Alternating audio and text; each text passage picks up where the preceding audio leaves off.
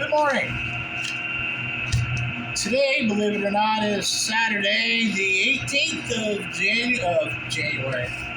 February. That's the way my whole February has gone so far.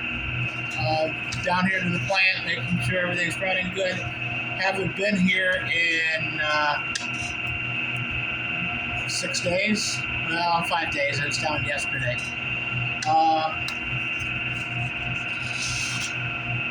So here's the whole thing in a nutshell.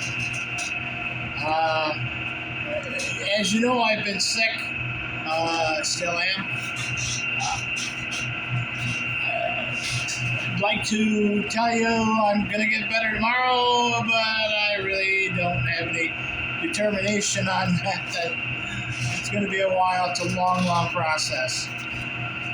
What has happened is, for some reason, I started out getting some kind of a kidney infection for whatever reason. There's a sac around the kidney. Don't ask me what the technical name is because I don't know. As I was stepping over the side I was working. I didn't know I had an infection. I didn't know that there was anything happening. I didn't know there was any kind of danger. I just didn't know. It was Friday, we were working. Anyways, I stepped over a pile of lumber sideways.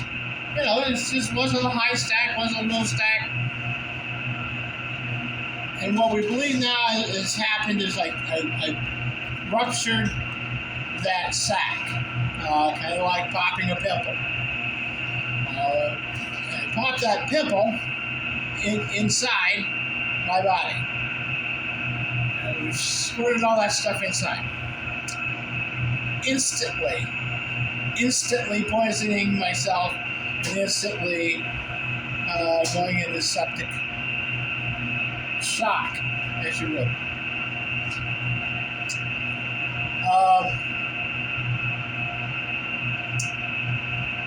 I had no clue what happened. I immediately was sick. I was sick to my stomach. My head was spinning. I was dizzy, half dizzy. So we loaded up and went home. My leg was killing me. I thought for sure, oh man, I must have really pulled a muscle. So I said, there was a little bit of the flu going around, so I thought,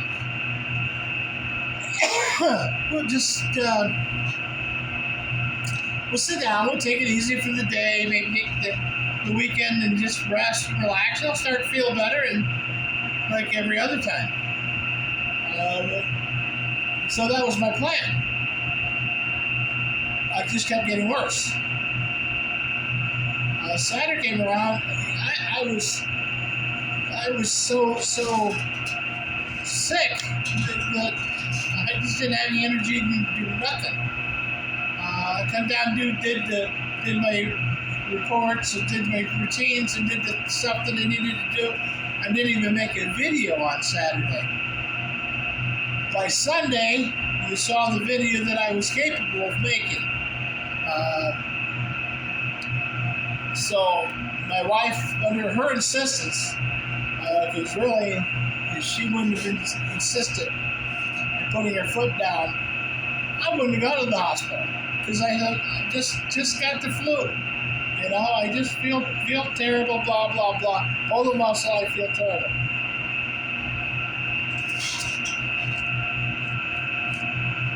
So we went. I thought we'd really be there. I thought we'd go to the ER. We'd be at the ER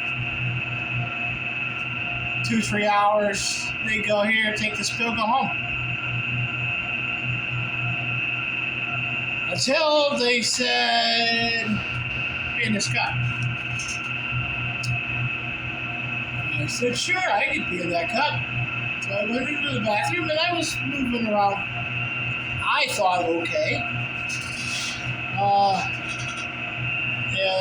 So I peed in the cup, and I kid you not, guys, if I could show you the color, that this is pretty close to the color, and it's not really. There was a rusty. Imagine this. It was maybe that color. It looked like rust. And I handed it through the male nurse, and he was like, uh-oh. We're definitely testing this. They had already done we found out then, as we were coming in, we do the triage. Through the triage, found out I wasn't in AFib, or I was in and out of AFib. It was close. It was flipping around. My heart was doing some wild stuff. And so they were like, okay, we've got that, strike one. So we already did that. They moved us back to the regular room and knew I had a fever. I took it in one ear and they said, oh, well, that's exactly what the fever was for the other guy, blah, blah, blah, blah, blah. So they said, we'll take it again. Let's take it another one. So they took it in the other ear and said, yeah, that's even higher. So now we have strike two, I have a fever. Moving back to the private rooms, they do the blood work. The blood work comes back. Elevated heart enzymes, strike three. So I'm already automatically staying. They do a few more tests. Come back in, and I keep telling them the same story. I stepped over the thing, and and now I just don't feel good. My leg hurts because I pulled that muscle. Bound determined. The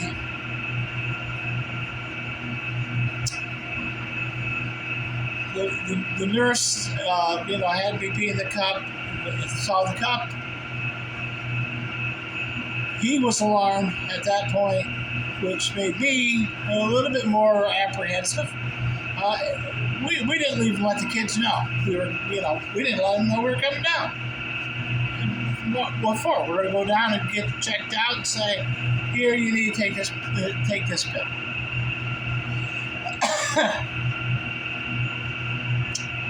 So we do the test. We do the pee test. Things are ugly. The doctor comes in. It says, well, we're going to run some more blood work. And it's probably noon, 1 o'clock, and Donna's already in a panic because somebody already called her and told her that I was at the hospital. So she's on her way. Well, she asked if I wanted to know if I wanted her there, and I said, yeah, we better have Donna there just in case. She's my health proxy, and because sometimes some of these health issues could get overwhelming quickly, so I want somebody else there to help Juanita in the event we have to make a decision that she doesn't want to have to make, or that emotionally she can't at that time. So, or at least you can go down to what do you think, and which would help. So, anyways, so Donna's on her way. Donna gets there. At the same time, she's having a hot flash. She's standing down at the end of the bed, and the nurse comes in with his cart and all of his computer stuff, and he's typing stuff up, and this little ER doctor comes sliding in around the corner. It's between me and the wall, and everybody else is out at my feet. listening to Donna. Donna's talking about, the hot flash, talking with the nurse. Never seen the doctor come in. The doctor then tells me, he said, Mr. Williams, you got sepsis. We're going to move you upstairs and start a regimen on you. You've got severe blood infection.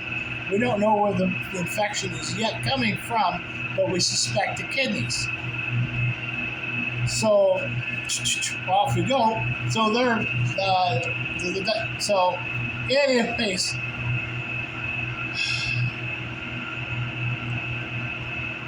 At that point, we headed back up to the room. We got a room. We're going up the elevator.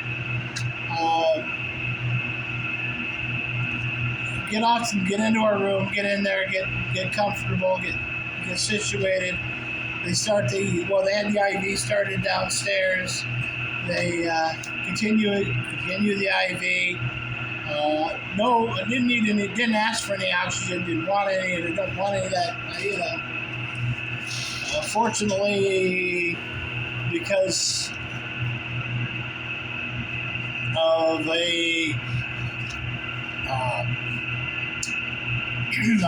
one of my customers happened to be the charge nurse that day. She saw that my name came up, and she was in charge of bed assignments. Her husband, who's my good friend,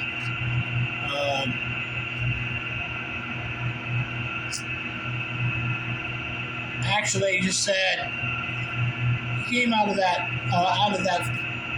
private room. We're going to put him in that one. Nice and quiet, peaceful, calm, cool. So anyways, we stayed there. The next day, Donna said, well, how's things going? And I said, well, we haven't, the sepsis hasn't gone away yet, or hasn't done anything. And she said, sepsis? What's sepsis? They said UTI. So yeah, they're treating it as a sepsis UTI, and we're going from there. So we got things lowered. Anyways, Monday progressed. Things went relatively well. I started to feel a little bit better. They were dumping lots of antibiotics at me. And if you know me, I don't take a lot of antibiotics anyways. I believe that nature will give you the germs that you need, and you can get that just from being alive. And if you try to anti-everything, it's just going to complicate everything. So we didn't do any of that.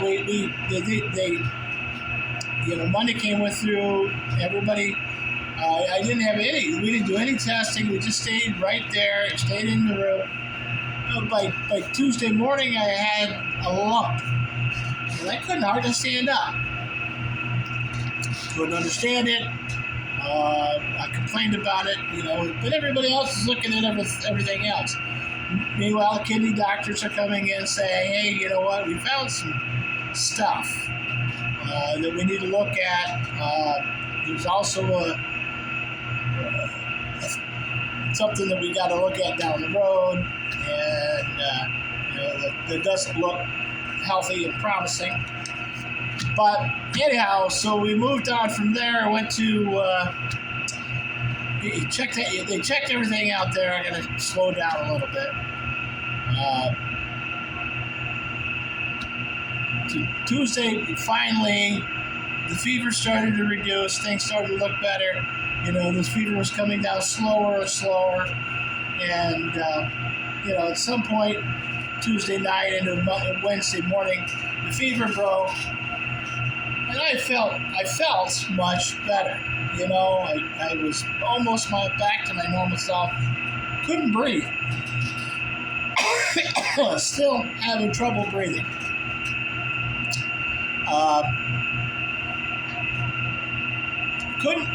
I was having trouble even coughing. And, because my side started to hurt really bad. And I told them, I said, man, my side's starting to hurt.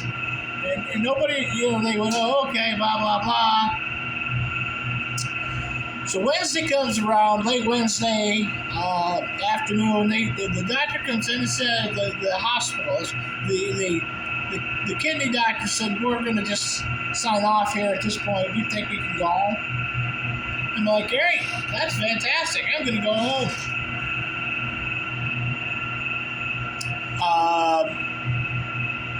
So I had a fantastic nurse named Fred. Fred was fabulous.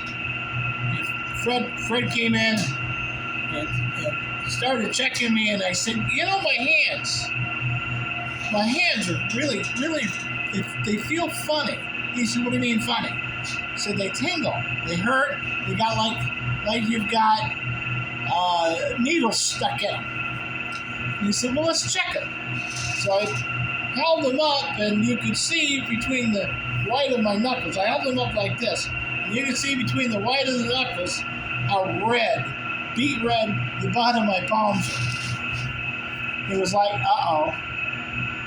I said, he said, anything else? And I said, well, yeah, my side really, it's got a hot spot on it. And so he said, where is it?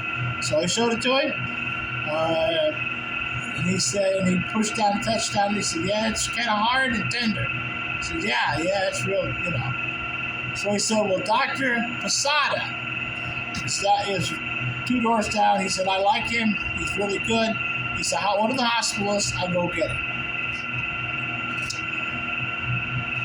So Dr. Posada came in, a Hugh Jackman type. Really nice guy, super great guy. Comes in, checks me out, and he looks at it and was not really overly impressed and said, well, maybe we ought to just give this one more night. It's like, okay, we'll do that. I just don't, I'm 50 miles from home, from the hospital to home, regardless of what we do. And I said, if I have to come back, that's now we're wasting 100 miles. He said, no, I understand, no problem. So he said, we'll just check it out in the morning, and he said, so I stayed. Came in the next morning, hey, how you doing? I said, I feel pretty good, blah, blah, blah. And he said, well, I said, that this thing on my side is really getting big. And he said, what do you mean? And so I pulled him a gown and showed him, and I said, look at this thing on my side. And he said,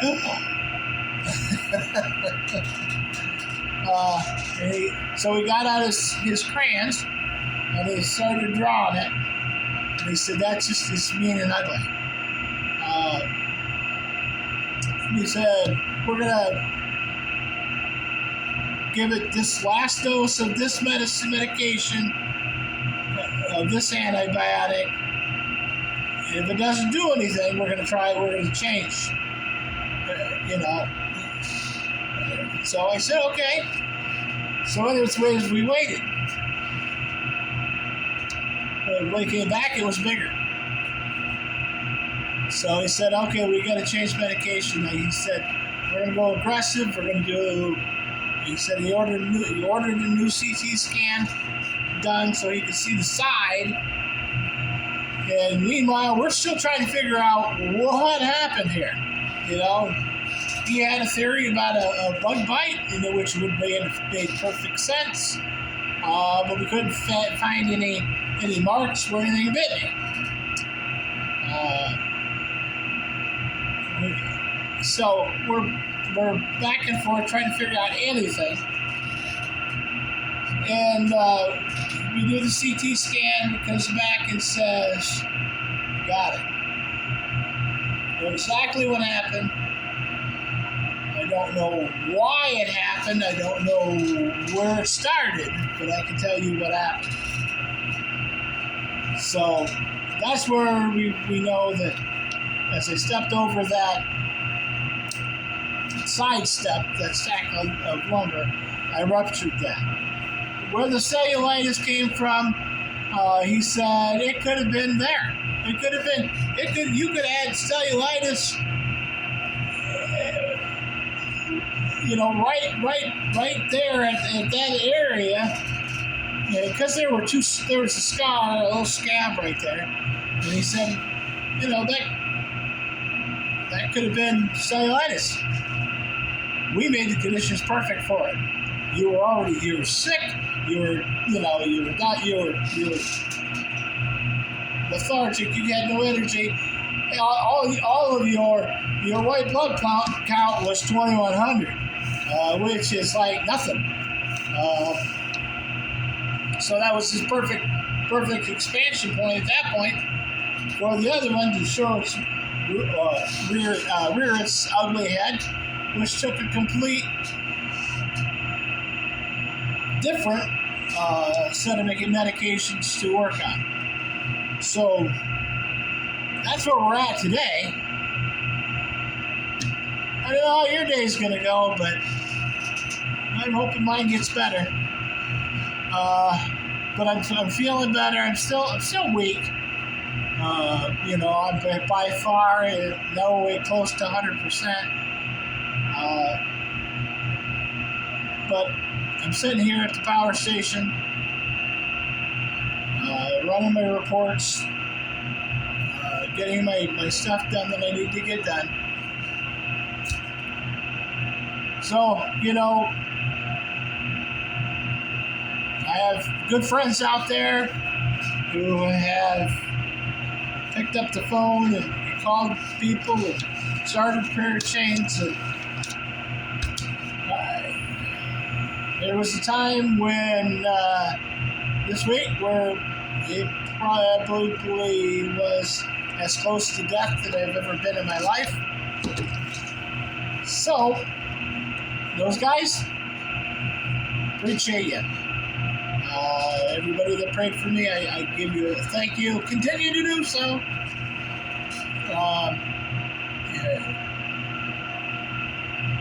I was, it was close. It was close enough that it was life changing. Anyhow, so as I've been saying, look out for yourselves. Look out for those around you. It's all we got. All right, I'll talk to you later.